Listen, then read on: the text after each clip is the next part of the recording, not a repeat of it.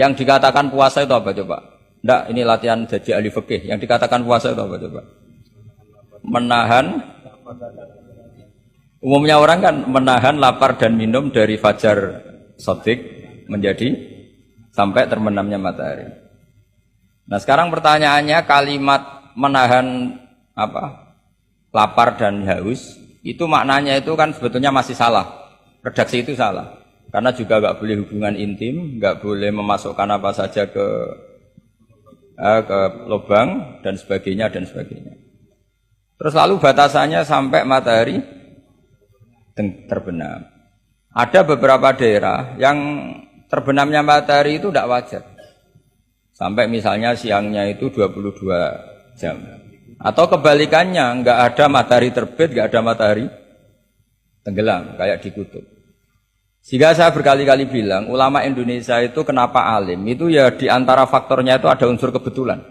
Sehingga ada katakan hoax. Coba kalau kamu jadi ulama di kutub, terus cerita, baca takrib di sana. Awal waktu sholat subuh itu dimulai dari tulul fajri shadiq sampai terbitnya matahari. Orang kutub mesti tertawa-tawa, mataharinya mana bah gitu. Waktu zuhur adalah ketika matahari agak tergelincir ke arah barat dari garis tengah. Oh yang bener aja. Tidak ada matahari kok semua ukurannya matahari.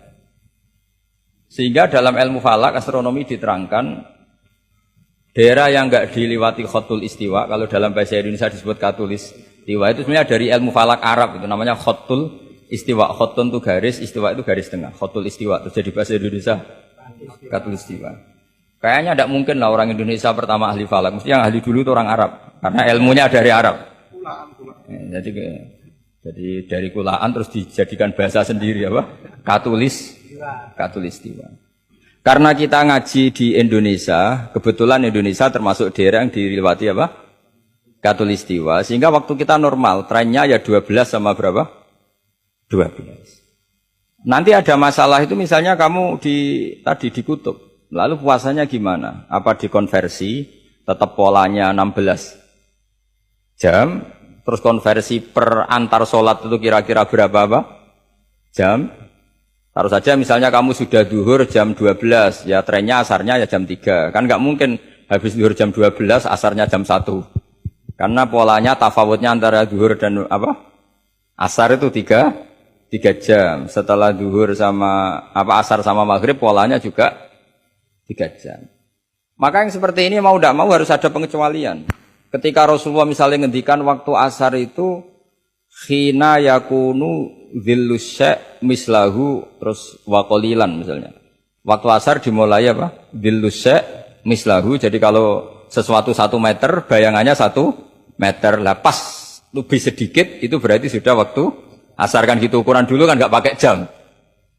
Ya. Terus habisnya waktu asar setelah matahari terbenam.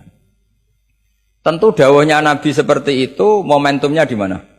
Di daerah yang dilewati khotul istiwa. Karena yang tidak dilewati khotul istiwa tidak ngalami ada matahari terbit, terbenam dan zawalus syamsi.